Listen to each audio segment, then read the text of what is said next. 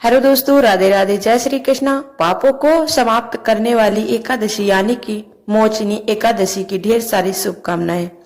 दोस्तों, आज के यह वीडियो आपके लिए बेहद खास और महत्वपूर्ण होने वाला है। इस वीडियो में मैं आपको पाप मोचनी एकादशी से जुड़ी जानकारी देने वाली हूँ, जैसे कि पाप मोचनी एकादशी है, इस दिन कौन से खास उपाय किए जाए ताकि भगवान हरि विष्णु और माता लक्ष्मी की कृपा आपके जीवन पर सदा सदा बनी रहे।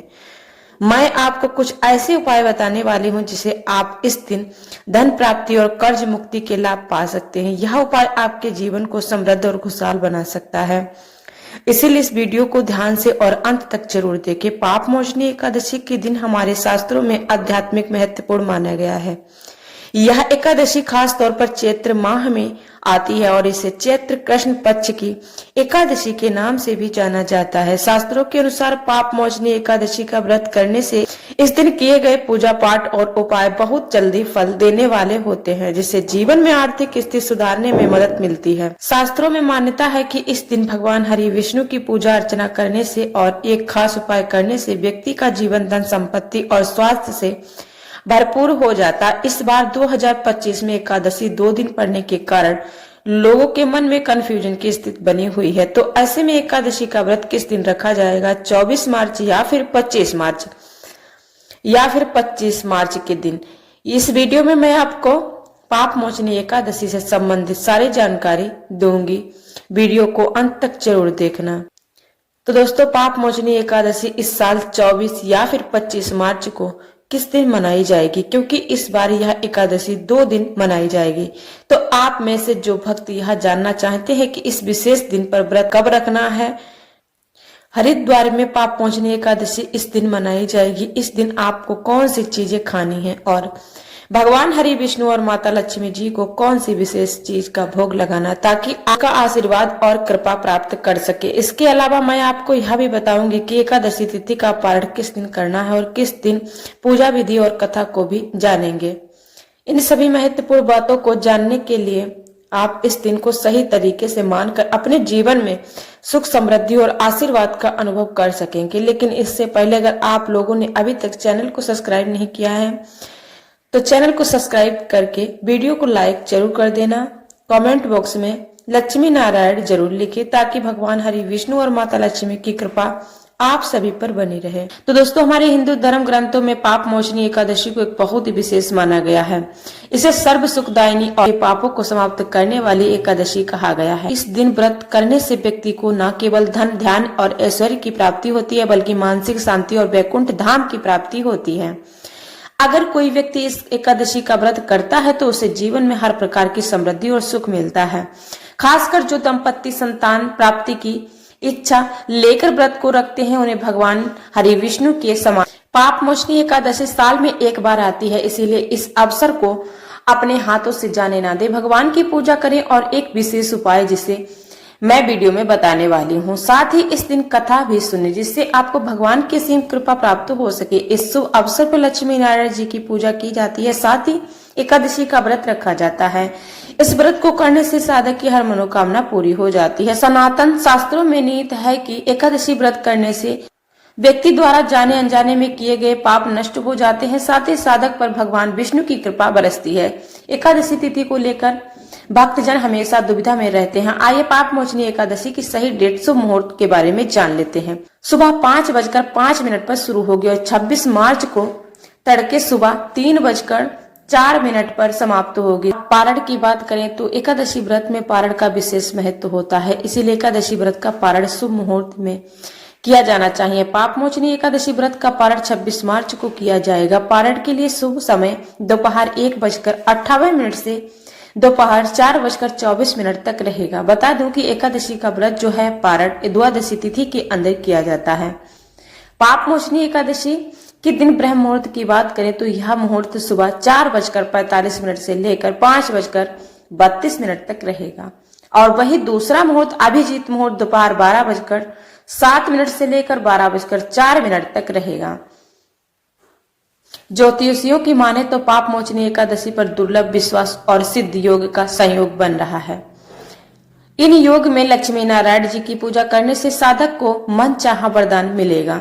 साथ ही जीवन में व्यक्त दुखों का नाश होगा। हिंदू धर्म में कहा गया है कि हर इंसान से जाने अनजाने में पाप हो जाते हैं। पाप का मतलब है कि गलतियां जिनके लिए हमें किसी न किसी रूप में दंड भोगना पड़ता है। लेकिन अगर हमें अपने पापों से मुक्ति चाहिए तो ईश्वर ने एक सरल उपाय बताया है, जो कि आप पाप मोचनी एकादशी व्रत कर रहे हैं। इस व्रत से हम न केवल अपने पापों से छुटकारा पा सकते हैं, बल्कि जीवन में सुख शांति भी महसूस कर सकते हैं। इसीलिए अगर आप भी अपने जीवन को दुख और परेशानियों को दूर करना चाहते हैं तो आप पाप मोचनी एकादशी का व्रत जरूर अपनाएं। यह व्रत हमारी आत्मा को शुद्ध करता है और हमें परमात्मा की कृपा का पात्र बनाता है। तो चलिए दोस्तों, अब जान लेते हैं कि पाप मोचनी एकादशी पूजा कैसे करनी है, उसका शुभ मुहूर्त क्या है और पारण का समय। यह सारी जानकारी हम आपको देने जा रहे हैं ताकि आप इस दिन को पूरी श्रद्धा और सही तरीके से मनाएं। सबसे पहले आपको इस एकादशी के दिन सूर्योदय से पहले उठना है, ब्रह्म मुहूर्त में जागना है, फिर स्नान आदि करके अपने पूजा स्थान पर जाएं और भगवान भास्कर को एक लोटा जल अर्पित करें। अब वहां बैठकर सबसे पहले व्रत का संकल्प लें। संकल्प लेने के लिए अपने सीधे हाथ में जल लें और अपने पास 1 रुपया या कोई भी द्रव्य रखें। फिर 3 बार ओम श्री विष्णु का जाप करें। ओम श्री विष्णु, ओम श्री विष्णु, ओम श्री विष्णु। इसके बाद अपना नाम, गोत्र, जिस स्थान पर आप बैठे हैं उसका नाम, मकान नंबर या क्षेत्र का नाम बताएं। इसके बाद आप अपनी मनोकामना बोल सकते हैं, चाहे वह धन ध्यान की हो या फिर संतान सुख की हो या कोई और इच्छा हो। आप इसे भगवान के चरणों में समर्पित कर दें। इसके बाद भगवान को नमस्कार करें और जल भगवान के चरणों में अर्पित कर दें। अब दोस्तों भगवान की पूजा की प्रक्रिया के बारे में जानते हैं। सबसे पहले आपको पूजा के लिए एक फल जैसे सेब, नारियल या जो भी फल उपलब्ध हो बिना कटे हुए लें। फिर उसे गंगा जल से शुद्ध करें और उसमें थोड़ा सा गंगा जल मिला लें। इसके बाद भगवान श्री हरि विष्णु की किसी भी रूप की एक तस्वीर या प्रतिमा रखें। यदि आपके पास मौली, पान, सुपारी, लौंग, इलायची और पान का पत्ता है तो यह चीजें भी बहुत उत्तम रहेंगी। इन सारी चीजों को भगवान को अर्पित करने के लिए रख ले। अब जो भगवान की तस्वीर या मूर्ति आपने पूजा के लिए रखी है उसमें आपको भगवान को बुलाने की प्रक्रिया करनी होगी ताकि यह भगवान को एक प्रकार से आसन प्रदान कर सके। अब भगवान को आचमन करें, यानी इसके बाद तिलक लगाएं। वहां पहले चावल या पुष्प का आसन बना लें और इसके ऊपर दीपक रखिए। यह दीपक आपकी पूजा का साक्षी बनेगा।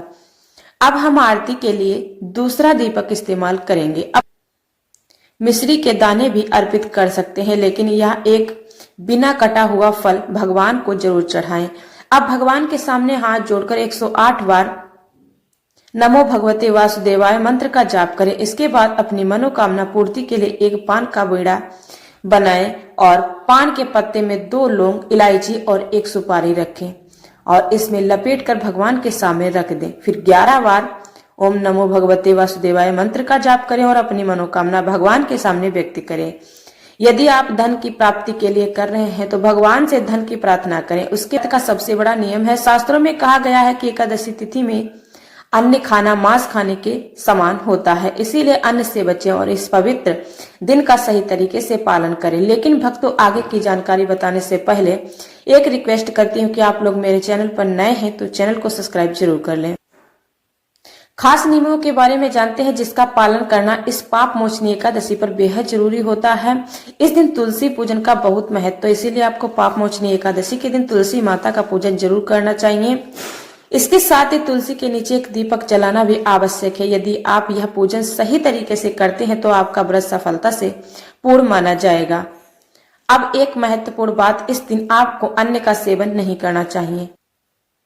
यह तो आपने पहले ही जान लिया, लेकिन जो लोग व्रत नहीं कर रहे हैं उन्हें भी पाप मोचनी के दिन चावल का सेवन नहीं करना चाहिए। चावल इस दिन वर्जित है। लोग व्रत कर रहे हैं उन्हें केवल फलाहार ही करना चाहिए। इस प्रकार यदि आप इन नियमों का पालन करते हैं तो बल्कि भगवान की विशेष कृपा आप पर बनी रहेगी। इसके साथ ही दोस्तों, पाप मोचनी एकादशी के दिन खास तौर पर ब्रह्मचर्य का पालन करना चाहिए। बेहद महत्वपूर्ण होता है। ब्रह्मचर्य का पालन आपको 10वीं तिथि से ही संकल्प करके शुरू करना चाहिए और संकल्प तब तक निभाना चाहिए जब तक कि आप व्रत का पालन ना करें। ब्रह्मचर्य का पालन सभी व्रती के लिए आवश्यक है और विशेष रूप से उन दंपतियों के लिए जो शादीशुदा हैं। उनका ध्यान इस व्रत पर होना चाहिए।